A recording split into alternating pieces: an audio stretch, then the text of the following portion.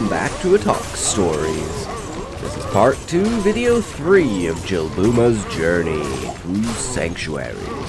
Today, we kick off with Act 1 Nightmare, as our fierce assassin wakes up lost but lethal. No need to know the backstory, just dive in and enjoy the chaos. But if you're hooked, stick around for more, or check out the previous episodes. With the endless cycle of rebirth, we now step into the depths of the second sanctuary. Is it memory or premonition? How can one truly destroy evil? Perhaps it is only the struggle that matters. As long as we endure, evil never wins. So step into Jilbuma's shadow as demons quake before the Nephilim fire in her veins. Ready or not? Let's roll. I blinked awake in the rogue encampment, head pounding like fallen shaman's drums. I think I remember?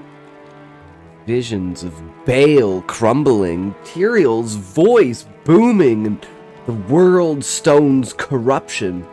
He had to destroy it, to save Sanctuary from the dark. But those feel like premonitions, not memories. Flashes of fire and ice, not my past.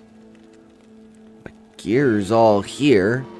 Claws humming with venom, muscles tensing with my flexed fingers gripping my blades. My armor is worn and gore-stained, soaked in blood of 1,000 fiends. Yet something's off. The camp's bustling with rogues, but no sign of D2r Cain. I know him. Strategy with the old Haradrim. He has been the instrumental guide in my journey. But what journey? I'm just starting my journey, am I not?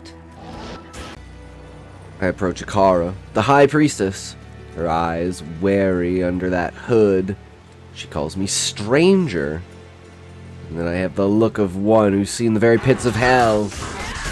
My face tells the story my heart knows, but my mind forgets. Curiosity in her face, a spark of revelation. And I am not a bumbling simpleton. She probes my mind with questions. Reveal all I know, that I speak of Cain. A moment, lost in thought, then a mutter of Tristram, that cursed town cut off by the angels. It was Diablo's first staging ground. The evil there is what is seeping into the earth. It is the source. An old Haradrim named D2r Cain lived there once, or so the legends tell. Akara tells me to seek out Charsi. She once knew a stranger who came through the encampment. Seemed as though evil followed in his wake.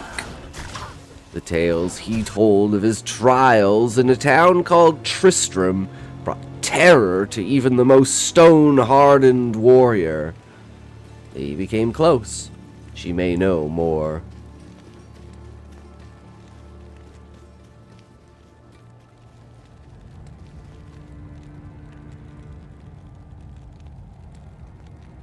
Charsi eyes my claws and all of my equipment, and she offers repairs, but her hammer can't touch the darkness etched in my steel. I tell her that is not why I have come. I speak of the future's danger and a rift in my memories, the inconsistencies of reality. With dark eyes, she tells me the story of a warrior, his fight against Diablo, his two companions, a rogue and a sorcerer, how they were drawn to the small town, where they met their advisor, a wise Haradrim named D2r Cain.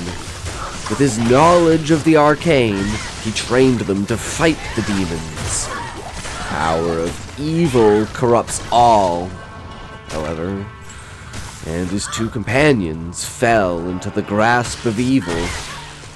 Soon after, the town itself was split from sanctuary, from the very plane itself by the Archangel Tyrael. His attempt to slow the darkness that was consuming the world. The rift could never truly be closed, however, so the warrior has moved on far from here, taking his tales with him. But Jarcy says Kasha might be able to help. The warrior said he had come here to talk personally to her. He would not say what about, but since then, Kasha has been brooding far more. She dare tempt not her wrath in pressing it. However, she states, and seem a capable woman to handle such things. Could not be worse than slaying demons, although that is something I have become numb to. Personal interactions seem more of a hell to me now than the hordes.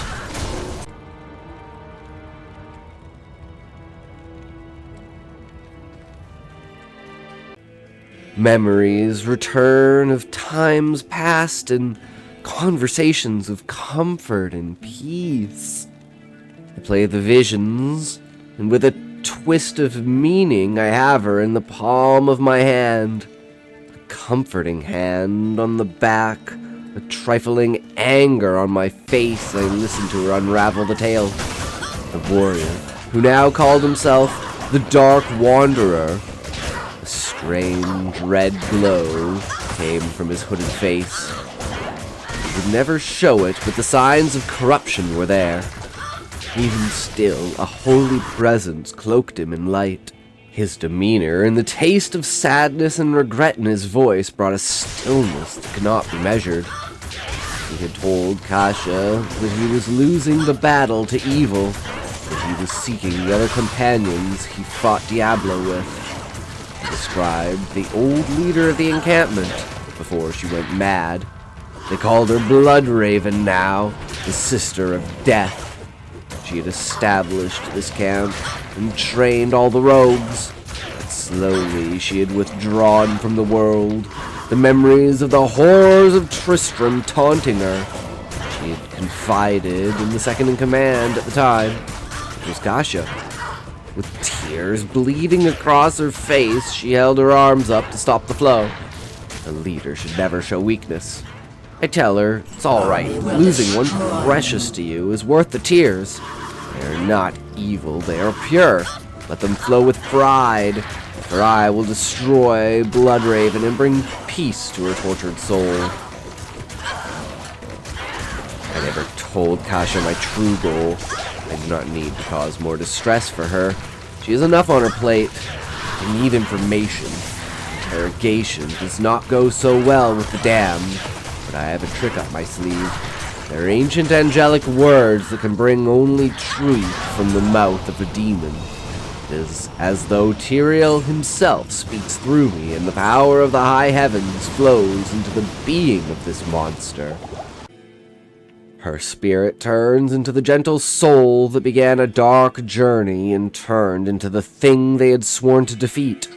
She tells me of the cracking of Tristram, the barrier, the Cairn stones. She says, find the guardian Rakanishu. This demon holds the knowledge of the stones and how to activate them. My mind connects with Rakanishu, his memories and life bleeding into my soul, his duties and death grinding against my will, the lesser lieutenants of his wings, the hordes of hell. The surprise of how organized and methodical the tides of hell were managed to shake me even more. Rakanishu was not a guardian, he was an invader. His troops were to find the Tree of Inifis, use the runes inside the body of its guardian, Tree-Head Woodfist. Take the head of the beast, carve the bark of the tree, write the runes in the blood from its brain. This was the only way to unveil the magics of the Cairn stones. I made it in time. The power of Treehead was too great for these weak fallen, those under the command of Rakinishu. The organization may be solid for hell, but the logistics have fallen. With Woodfist's head, I create the Scroll of Innophis. With the scroll in its presence, the stones begin to light up. Lightning from the sky. The stones erupt with power. It cascades between them, increasing in power. Then the red hue of a demonic light as the portal splits space, rippling with the waves of the aether. I harden myself for what to expect on the other side. Visions of hell crash into my mind, preparing me for this endeavor. I take a deep breath and step into the portal. I see it, a cage hanging from a pole in the city square. The broken and teetered ramshackle buildings burn in tarnished flame. I rush through the enemies. Am I too late? The cage is empty. Have I already failed in my task? A moment of introspection. A moment too long, and the hordes encroach and the wails of death sting my ears. Mighty roar and the sound of a hammer striking earth. The ground shakes as I clear a path of the monsters. There he stands, arms hulking and bulging muscle, skin tattered, green, bile and pus seeping from every limb. Clothes only hung to him from the grease and grime and gore that clung to his being. It layered him in a demonic hold. Griswold. A flash of a conversation, a sad look of an old man, a friend lost to darkness, memories of Cain. Is it the future or the past? I no longer can tell. All I know is I must lay his soul to rest for my friend, for Deckard. This cannot be. My eyes lie to me. No. He shouts and raises his weapon. I recognize it. A unique. I gave it to him. In some distant life. Azrael. That is his name. Or at least, that was his name. It pours forth from my lips as my heart beats loud in my chest. What is this feeling? Joy? Relief? Gratitude? He has been reborn as Jamali. All that matters is I'm no longer alone, and I have never been alone. I let the calm and serene world around me guide me. I was lost in a wave of ecstasy. I did not know you could feel like this. That such a feeling could be. I walk up to Jamali and clasp his hand. It's good to see you, old friend. And he replies, as you. It's a bittersweet reunion once I hear the old crone's words. Cain calls us over. To my surprise, I look to Jamali with a questioning look. I can't get. Tells me it was not but moments ago he had returned from the first land of Tristram with Deckard Cain.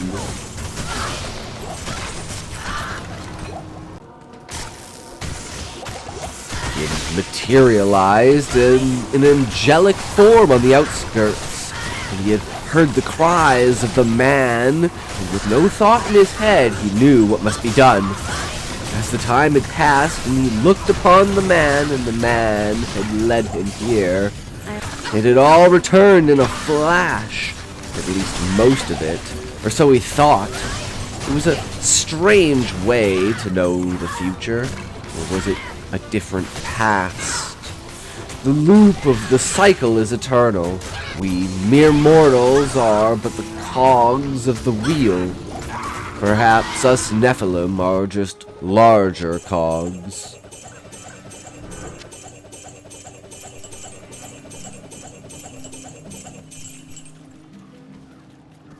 There was a dark and solemn look on his eyes as he reached into his cloak and pulled out what appeared to be a piece of wood.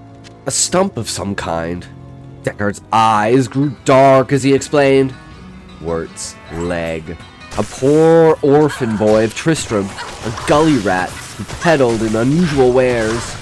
Like most in this age on Sanctuary, his life was short and brutal. Jamali reaches into another pocket from his cloak, and he pulls something I recognize. A small cube of metal. My eyes go wide as I stare.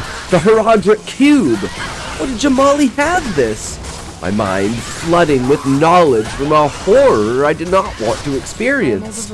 Yet I knew I had, and I would again. Jamali told me he did not understand how he had this information. All he knew was it came from the high heavens themselves. He was a messenger angel sent to relieve the Nephilim with backup as the tides of war were turning against heaven. More than the Nephilim, but less than a man, he was true and honest, a being of no compromise. I would stand with him. What was on the other side, he could never have imagined.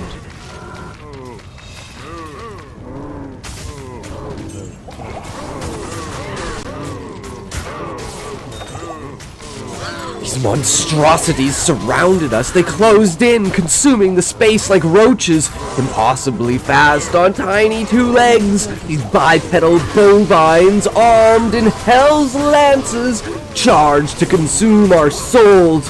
Jamali charges, his polearms sweeping in wide arcs, cleaving through the front line. Blood sprays, cow blood thick and red. The smell was wrong. It smelled like meat was fully cooked. I couldn't help but feel the moisture accumulating in my mouth. A good meal these days would not make, but I could imagine that madness that taste would induce. It sickens me, but I care not for the source.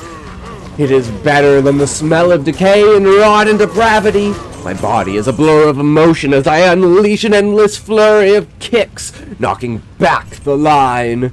Me and Jamali press harder while I summon my shadow and pincer the monsters. They swarmed us, hooves pounding the earth like war drums. I dodged, the swinging axe rolling to the side, under and then countering with Phoenix Strike, my hands igniting with fiery essence.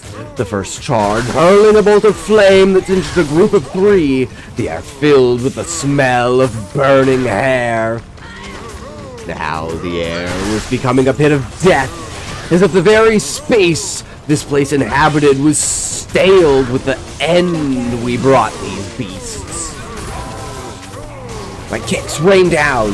First charge, a meteor from the skies. Second charge, a burst of lightning fractaling into the distance. Third charge, chaos ice bolts shatter in circles as they coil through the air. Fused with the charges of Tiger Strike, the Phoenix Strike physical hits unleash a wrath unlike these foul beings could fathom. Jamali was holding his own, his smite aura keeping our damage flowing, but a particularly massive bovine, perhaps their king, with horns like scythes, barreled toward him. It swung its halberd in a deadly arc, grazing his shoulder. Blood welled up, and he grunted in pain. I sent them potions to sustain him. We are in this together. It takes only a nod to convey all I need.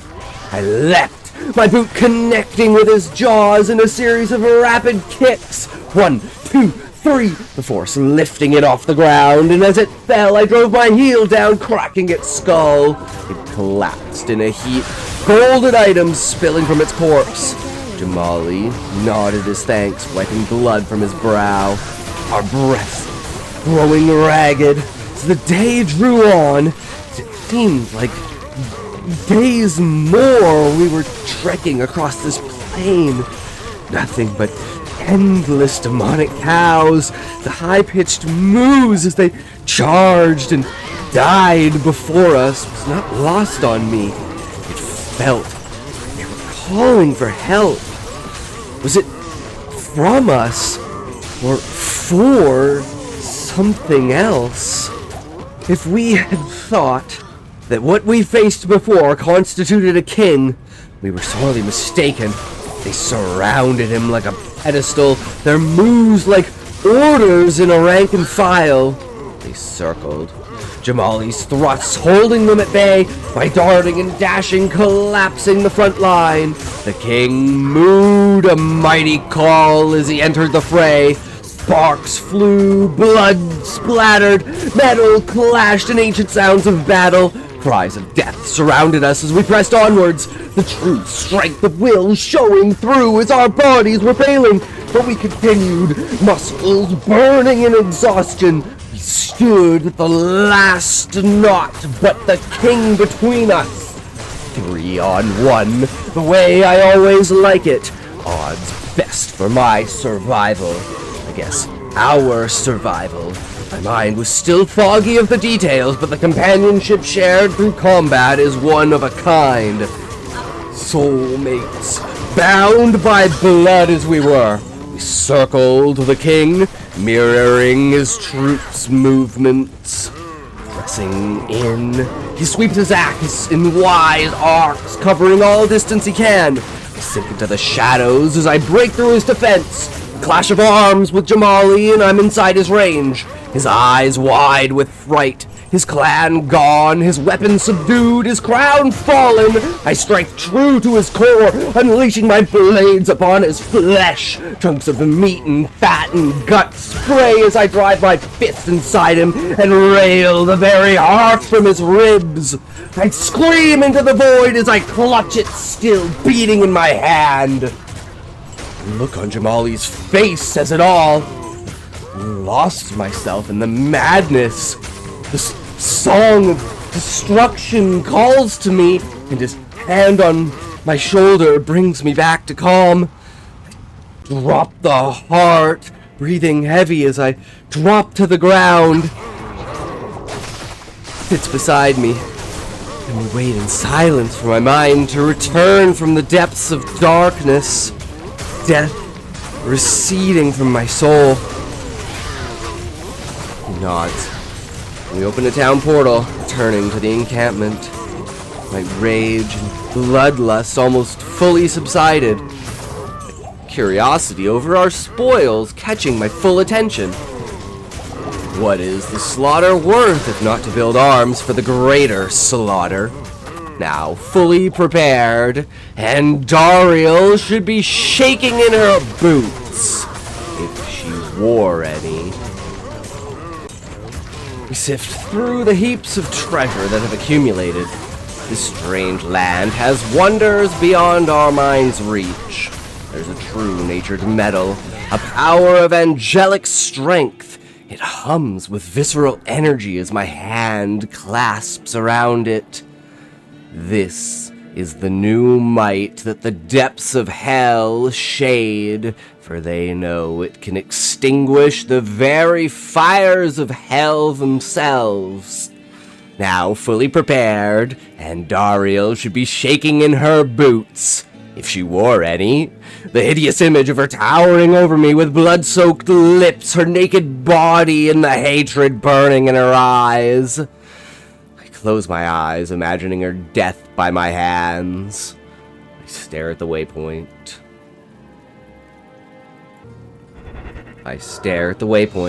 And Jamali steps forward. We clasp hands and smile. For the last time in a long time. Let the slaughter begin!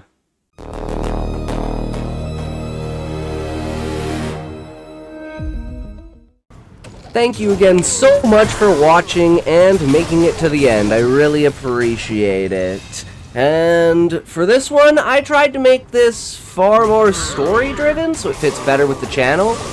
Again, let me know your thoughts down in the comments. This one was a real blast to make. I didn't feel constricted in the story writing. Like they say, with practice comes new techniques. It's all about the structure and presentation. Just the easier you make it, the more you can focus on the real meat, right? So if I can structure everything, that all I can do is spend all of my time on the story itself instead of, editing, getting all the B-roll, actually playing Diablo or whatever I'm doing for whatever, and then getting the whole thing together. So, the more you do it, the better you get, right? So If you like the video and you want more, well, we have 5 videos in part 1 if you like the Diablo stuff, as well as a lot more stories if you want to go check those out. So if you like the video and you want to go check out more content, we got a lot more videos, as well as part 1 of the Diablo series. We have 5 videos in there, so go check that out if you want to get up to speed with the full journey of Jilbuma. As tomorrow we head into the lair of Andariel herself. The Forsaken Monastery looms over the highlands. The Forsaken Monastery looms over the highlands. Can Jilbuma and Jamali carry out Heaven's will? Find out next time on Dragon Ball Z. In the next episode of Jilbuma's journey through Sanctuary. Until then, stay safe from the shadows of hell with the best weapon in your arsenal, faith. Take care, fellow Nephilim.